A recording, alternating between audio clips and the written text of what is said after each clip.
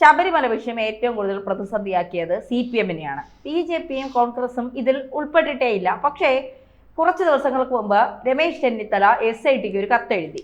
ആ ഫോണിലൂടെയല്ല, കത്തിലൂടെയാണ് പറഞ്ഞത് 500 കോടിയുടെ സാമ്പത്തിക ഇടപാട് നടന്നിട്ടുണ്ട്. ഈ അമൂല്യ സാധനങ്ങൾ, അതായത് പാരമ്പര്യമുള്ള അമൂല്യ സാധനം, ആന്റി കളക്ഷൻസ് ഒക്കെ പിന്നെ വിദേശത്തേക്ക് കടത്തിയിട്ടുണ്ട്. അത്തരത്തിൽ തനിക്കറിയാവുന്ന കാര്യങ്ങൾ ഒരു വ്യവസായി ഇതുമായി ബന്ധപ്പെട്ട് SITക്ക് മുന്നിൽ കൃത്യമായ കാര്യങ്ങൾ അവതരിപ്പിക്കും, അയാളും വരും, തെളിവോടുകൂടി കാര്യങ്ങൾ പറയുമെന്നൊക്കെ പറഞ്ഞു. പിറ്റേ ദിവസം തന്നെ SITയുടെ അടുത്തേക്ക് പോകുമെന്നൊക്കെ പറഞ്ഞു. ഇത് പിന്നെ ചെന്നിത്തല തുറന്നു പറഞ്ഞുവെങ്കിൽ തിരഞ്ഞെടുപ്പ് സമയത്ത് ഒരു പക്ഷേ കോൺഗ്രസിന് അത് വലിയ ഗുണം ചെയ്തേനെ. പക്ഷേ ചെന്നിത്തല പോയില്ല. ചെന്നിത്തല വിളിച്ചപ്പോൾ തിരക്കാണെന്ന് പറഞ്ഞു. രണ്ടാമത് വിളിച്ചപ്പോൾ പറഞ്ഞു ഞാൻ ഹരിപ്പാടേക്ക് പോവുകയാണ്, ഇപ്പോൾ എനിക്ക് സമയമില്ല എന്ന് പറഞ്ഞു. തെരഞ്ഞെടുപ്പ് കഴിയുന്നത് വരെ വാ തുറക്കരുത് എന്ന് ചെന്നിത്തലയോട് കോൺഗ്രസ് പറഞ്ഞു. അതുകൊണ്ടാണ് ചെന്നിത്തല ഇതിൽ ഒരു അക്ഷരം മിണ്ടാത്തത്. ഇന്ന് വൈകിട്ട് പോകുമെന്നാണ് പറയുന്നത്. ഇതിന് പിന്നിൽ ഒരു ഗൂഢാലോചനയില്ലേ? കോൺഗ്രസിന്റെ ഏതോ വലിയ തിമിംഗലങ്ങൾ ഇതിന്റെ പിന്നിലുണ്ട് എന്നുള്ളത് കൊണ്ടല്ലേ വാ അടയ്ക്ക്, വാ തുറക്കരുത് എന്ന് ചെന്നിത്തലയ്ക്ക് കൃത്യമായ നിർദ്ദേശം കിട്ടിയത്? തീർച്ചയായിട്ടും ഈ കേസിനകത്ത് നമുക്കിപ്പം കോടതിയുടെ മറവിൽ കോടതി പുറകിൽ നിന്ന് അന്വേഷിക്കുന്നത് കൊണ്ട് നമുക്ക് ആദ്യം ഒരു പ്രതീക്ഷ ഉണ്ടായിരുന്നു. പക്ഷെ ഇപ്പം ഈ കേസിൻ്റെ ഒരു അവസ്ഥ നമുക്ക് പ്രതീക്ഷ നൽകുന്നതല്ല. 3-ാം തീയതിക്ക് ശേഷം ഒന്നും വെളിയിൽ വരുന്നില്ല. പപ്പൻ അവിടെ കിടന്ന് ഈയക്കാവോ പറയുന്നതല്ലാതെ പപ്പൻ പറയുന്ന കാര്യങ്ങൾ ഒന്നും ആർക്കും കേൾക്കണ്ട, ഞങ്ങളെല്ലാം തീരുമാനിച്ചോളാം എന്നുള്ള രീതിയിലേക്ക് SIT സംഘം പോകുന്നോ, അല്ലെങ്കിൽ ഈ ധന്യ ചോദിച്ച ചോദ്യം പോലെ ആർക്കൊക്കെയോ വേണ്ടി എന്തൊക്കെയോ ഒരു ഫാബ്രിക്കേഷൻ, ഇവരെല്ലാം കൂടെ മതി ഇതങ്ങ് തീർന്നോട്ടെ എന്ന് വിചാരിക്കുന്ന രീതിയിലേക്ക് ഒരു കാര്യങ്ങൾ വരുന്നുണ്ട്. അപ്പം പപ്പൻ പറയുന്നു, മന്ത്രിയുടെ പേര് പറയുന്നു, തന്ത്രിയുടെ പേര് പറയുന്നു, തെളിവുകൾ കൊടുക്കുന്നു, 2017 മുമ്പുള്ള കാര്യങ്ങൾ പറയുന്നു, എല്ലാം വ്യക്തത വരുത്തി കൃത്യത വരുത്തി പറഞ്ഞത് അവിടെ ഏക്കാഞ്ഞിട്ട് ഈ പറയുന്നത് പോലെ അദ്ദേഹത്തിൻ്റെ ജാമ്യാപേക്ഷയ്ക്കകത്ത് പോലും അത് ഉൾപ്പെടുത്തുന്നു. ഇതിനിടയ്ക്ക് നമ്മൾ കണ്ടല്ലോ ഈ ആരൊക്കെയുണ്ട്, നമ്മൾ വേറൊരു ആക്ഷേപം വളരെ വലിയ വലുപ്പത്തിൽ പറയുന്നു, വളരെ രാഷ്ട്രീയ ലാഭം ഉണ്ടാക്കാൻ പറ്റുന്ന ഒരു കേസ്, അല്ലെങ്കിൽ വളരെ ഗുണം ചെയ്യുന്ന ഒരു കേസ്, അതിനകത്ത് ആ ഗുണം ഏറ്റവും കൂടുതൽ കിട്ടാൻ സാധ്യതയുള്ള BJP-നകത്ത് ഒരു അടങ്ങാനയം സമീപനം ഇപ്പോഴും ഉണ്ട്. അതിനകത്തൊരു രാജീവ് ചന്ദ്രശേഖറും ഒരു സുരേഷ് ഗോപിയുള്ള, അവരെ നമുക്കറിയുകയും ചെയ്യാം, അവർക്ക് ആരുടെയൊന്നും വേണ്ട, ഓട്ടിച്ചിട്ട് ബാക്കിയുള്ളവരുടെ അനങ്ങാതെ. അതുപോലെ തന്നെ കോൺഗ്രസിനകത്ത് മൈക്ക് വായിക്കകത്ത് കുത്തിക്കയറ്റിയാൽ പറയത്തുള്ളൂ അതും പറയുന്നതെന്ന് അറിയാം, അവിടെ പപ്പനോട് കിടപ്പുണ്ട്, പപ്പനോട് മാങ്കൂട്ടത്തിലെ വിട്ടില്ലല്ലോ, പപ്പനെ കണ്ടില്ലല്ലോ, അത് മറയ്ക്കാനെന്നൊക്കെ പറഞ്ഞ് പോവാ. അതിന് വിശാലമായിട്ടൊരു അന്വേഷണം വേണോ, അതിന് പുറകെ സമരമോ സന്ധിയോ സമരമോ മറ്റു കാര്യങ്ങളോ മറ്റു കലാപരിപാടിയോ ഒന്നുമില്ല. അപ്പൊ അതിൻ്റെ ഇടയ്ക്കാണ് ഇങ്ങനെ വന്ന് CPM-കാർ ഇതിനകത്ത് നമ്മൾ ഈ പറയുന്ന ഉണ്ണികൃഷ്ണൻ പോറ്റിയിൽ മാത്രം നിൽക്കണമെങ്കിൽ ഈ തകിടും ചുമ്മിക്കൊണ്ടാവും അവിടെ പോയി 1/2 കിലോ സ്വർണ്ണം അടിച്ച് മാറ്റി തിരിച്ചു വരുന്ന കേസാണെങ്കിൽ ഓക്കെ. കോടതി ആദ്യമേ പറയുന്നുണ്ട്, ഈ പറയുന്ന പോലെ ഏതൊരു സുഭാഷ് കപൂറോ അതുപോലെ ഒരു കടത്തൽ നടന്നുണ്ട്. കോടതിക്ക് അത് ബോധ്യമാണ്.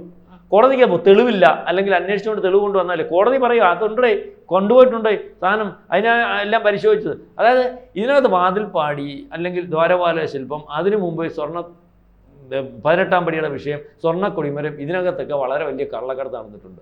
അതുകൊണ്ടാണ് തന്ത്രി സ്പോൺസറെ തിരക്കും. സ്പോൺസർ വരുന്നു, സ്പോൺസറെ നിന്ന് പരിചയപ്പെടുത്തണേ, സ്പോൺസറെ എല്ലാവരെയും പരിചയപ്പെടുത്തുന്ന ഉണ്ണികൃഷ്ണൻ പോറ്റിയ. അപ്പോൾ ഇതിനകത്ത് കള്ളക്കടത്ത് സംഘം, അതാണ് ഇദ്ദേഹം വന്ന് രമേശ് ചെന്നിത്തല പറഞ്ഞെന്തോ, നമ്മൾ ഇതെല്ലാം കഴിഞ്ഞപ്പോൾ ഇതിൻ്റെ ഇടയ്ക്ക് വന്ന് സോണിയാഗാന്ധിയുടെ ഉണ്ണികൃഷ്ണൻ പോറ്റി ഇരിക്കുന്നു, കുടുംബമായിട്ട് നിൽക്കുന്നു. ഉണ്ണികൃഷ്ണൻ പോറ്റി സോണിയാഗാന്ധിയുടെ അടുത്ത് ചെല്ലണമെങ്കിൽ എന്തോ ബന്ധോ. സോണിയാഗാന്ധിക്ക് ഈ പറയുന്നത് ഉണ്ണികൃഷ്ണൻ പോറ്റിയെ കൊണ്ട് തകിട് ജപിച്ച് കയ്യേലും അരയിലും ഒന്നും കെട്ടേണ്ട കാര്യമൊന്നുമില്ല. അവർക്ക് ഇതിനകത്ത് വിശ്വാസമുള്ള ആളല്ല.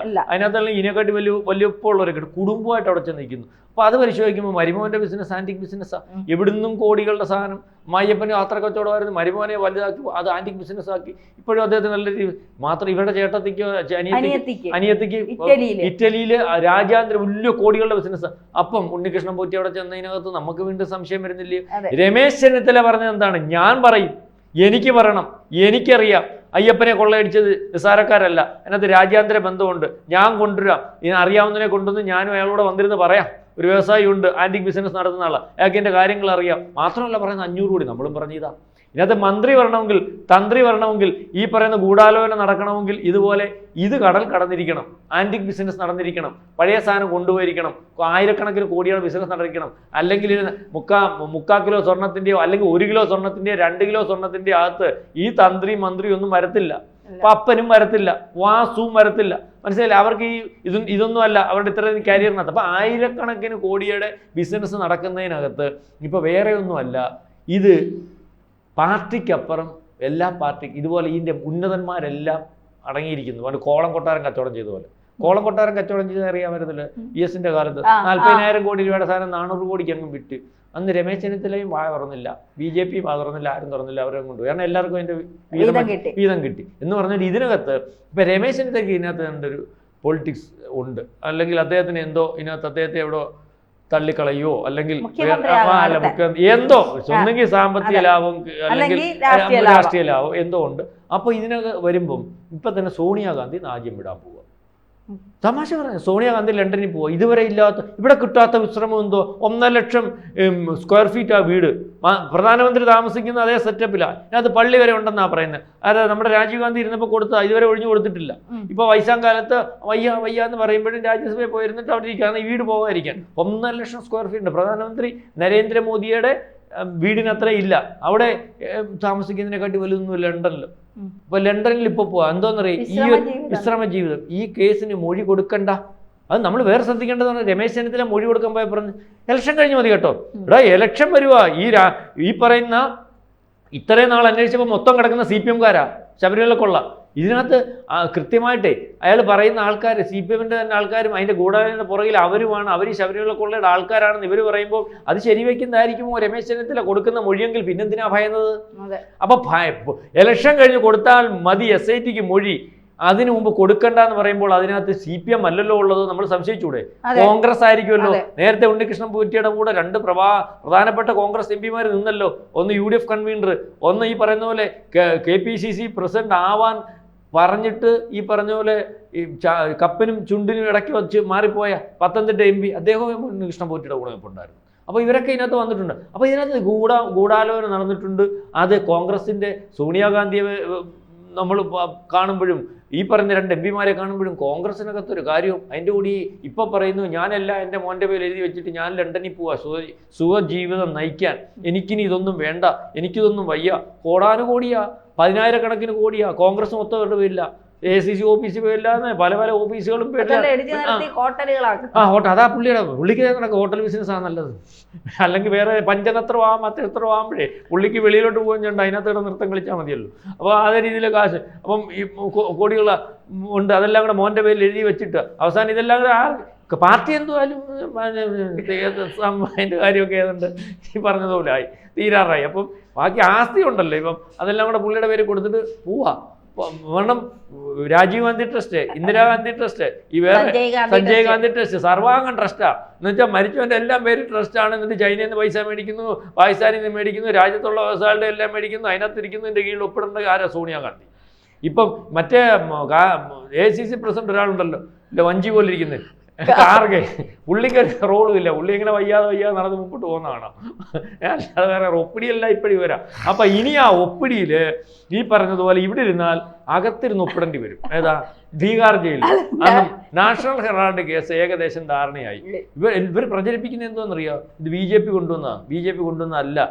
2002-ലാണ് ഈ സംഭവം നടക്കുന്നത്. അതിനുശേഷം 2007 സുബ്രഹ്മണ്യ സ്വാമി ഇതിൻ്റെ ഡീറ്റെയിൽസ് എടുത്തിട്ട് അന്വേഷിക്കണമെന്ന് പറഞ്ഞു. 5,000 കോടി രൂപയായ ആസ്തിയാണെന്ന് പറഞ്ഞ് 2,000 കോടി രൂപയുടെ വന്നിട്ടുള്ളൂ. വലിയ ചരിത്രമായത് നമുക്ക് പരിശോധിച്ചാൽ വേറെ ഇതിനകത്ത് നമ്മൾ പറയാം. അതായത് മൊത്തത്തിൽ അങ്ങ് അടിച്ചു മാറ്റി. അതായത് നാഷണൽ വേറെ ഇവരെ ഒരു യങ് ഇന്ത്യ കമ്പനി ഉണ്ടാക്കി യങ് ഇന്ത്യ കമ്പനിക്കകത്തുനിന്ന് കടം കൊടുത്തു. അതായത് 90 കോടി കടം കൊടുത്തു. എന്നിട്ട് 2,000 കോടി രൂപ ആസ്തിയുള്ള ഈ നാഷണൽ ഹെറാൾഡ് കമ്പനിക്ക് 90 കോടി കടം കൊടുത്തിട്ട് അതങ്ങ് ജപ്തി ചെയ്ത് എത്ര ലക്ഷം രൂപയ്ക്ക് എന്നറിയാമോ? 50 ലക്ഷം രൂപയ്ക്ക്.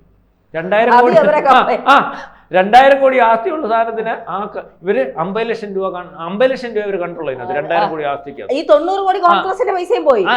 അല്ല, കോൺഗ്രസിന്റെ യങ് ഇന്ത്യ കമ്പനിയുടെ കോൺഗ്രസിന്റെയാ. എന്നിട്ട് ഇതിന്റെ വാടക കിട്ടുന്നത് എത്രയാണെന്നറിയോ? 1000 കോടി രൂപ.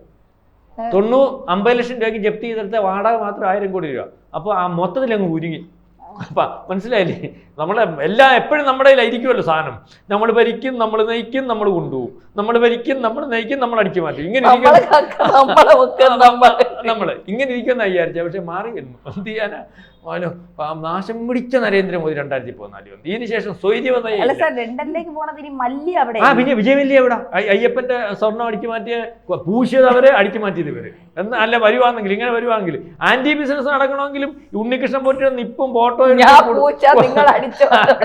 ഉണ്ണികൃഷ്ണൻ പോറ്റിന്റെ നിപ്പും ഭാര്യയുടെ നിപ്പും ആ കെട്ടിപ്പിടുത്തവും കയ്യൊക്കെ പിടുത്തവും ഒക്കെ കണ്ടു കഴിഞ്ഞപ്പോൾ എന്തോ പിന്നെ എന്തെങ്കിലും അവിടെ.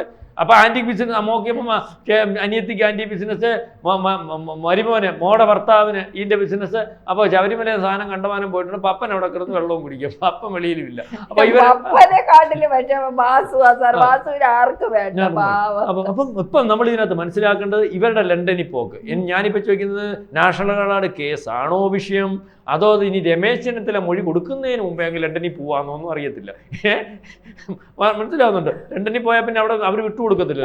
കാരണം അവിടുത്തെ ഇപ്പം തന്നെ വിട്ടുകൊടുക്കത്തില്ല. മാന്യമായിട്ട് വന്ന അവരെ ഇതൊന്നുമില്ല. ഇത് അതുപോലെ ലണ്ടനിൽ വിജയ മല്യ ഒന്നും വിട്ടുകൊടുക്കുന്നില്ല, കേസ് പറഞ്ഞുകൊണ്ടിരിക്കുക. അല്ല ഇവരിവിടെ രാഷ്ട്രീയ അഭയം നേടിയാൽ മതി. മാത്രമല്ല ഇവർക്ക് ഇവിടുത്തെ എല്ലാം പാസ്പോർട്ടും ഒക്കെ ഉണ്ടെന്ന് പറഞ്ഞാൽ നേരത്തെ അലിഗേഷൻ കിടക്കുക. ബ്രിട്ടീഷ് പാസ്പോർട്ട് ഉണ്ട്, ഈ പറഞ്ഞ ഇറ്റലിയുടെ ഉണ്ട്, ചെറുക്കനും മറ്റേ മൊത്തം ഉണ്ടെന്നാണ് പറഞ്ഞു. ഇവിടെ നിന്നിട്ട് ഇതെല്ലാം അടിച്ചു മാറ്റി ഒരു ദിവസം ഞങ്ങൾക്ക് വരും എന്ന് പറഞ്ഞിട്ട് നേരത്തെ ഇതൊക്കെ മേടിച്ച് വെച്ചേക്കുന്നതാണ് എൻ്റെ ഒരു തോന്നൽ. അപ്പൊ അതേ രീതിയിൽ അപ്പൊ ഇതിനകത്ത് ഇപ്പം വന്നേക്കുന്നത് രമേശ് ചെന്നിത്തല പറഞ്ഞോ അല്ലെങ്കിൽ പറഞ്ഞല്ല രമേശ് ചെന്നിത്തല ആന്റിക് ബിസിനസ് നടന്നിട്ടുണ്ട്, അതറിയാം. 500 കോടിയുടെ ബിസിനസ് ഉണ്ട്. അതിനകത്ത് വ്യക്തത വരുത്തി കൃത്യത വരുത്തിയുള്ള തെളിവ് തരാം. അറിയാവുന്ന ആളിനെ നിങ്ങൾ കൂടെ കൊണ്ടുവരാം. അപ്പം ഇയാൾ രമേശ് ചെന്നിത്തല പറയാൻ പോകുന്ന പേരിനകത്ത് വെളിപ്പെടുത്താൻ പോകുമ്പോൾ അതിനകത്ത് സോണിയാഗാന്ധിയും മരുമകനും ഒക്കെ വരുമോ എന്നുള്ളൊരു ആശങ്ക ഇല്ലാതെയില്ല. അല്ലെങ്കിൽ എന്തിനു കോൺഗ്രസ് പറഞ്ഞു ഇലക്ഷൻ കഴിഞ്ഞിട്ട് പോയാൽ മതി, ഇലക്ഷൻ കഴിഞ്ഞിട്ട് പറഞ്ഞാൽ മതി. ഇലക്ഷന് മുമ്പേ പറഞ്ഞ് അത് വെളിയിൽ വന്നാൽ ഇവർക്ക് ഗുണമുള്ളതാണ്, CPM-ന് അടി കിട്ടുന്നതാണെങ്കിൽ നേരത്തെ പറഞ്ഞുകൂടായിരുന്നു. അതുകൊണ്ട് തന്നെ ഇതിനകത്ത് കോൺഗ്രസിനകത്തെ ഉന്നതർക്ക് നമ്മൾ കണ്ട ഫോട്ടോ വെച്ചിട്ട് സംശയിച്ചാൽ കുറ്റം പറയാനില്ല. ആ ഫോട്ടോയ്ക്കകത്തുള്ള MP-മാരും ഈ കോൺഗ്രസിന്റെ തലതൊട്ടപ്പനായിട്ടുള്ള സോണിയാഗാന്ധിയും ഒക്കെ ഉണ്ടോ എന്ന് സംശയിക്കേണ്ടിയിരിക്കുന്നു. അല്ലെങ്കിൽ എന്തിന് രമേശ് ചെന്നിത്തലയെ തടഞ്ഞു?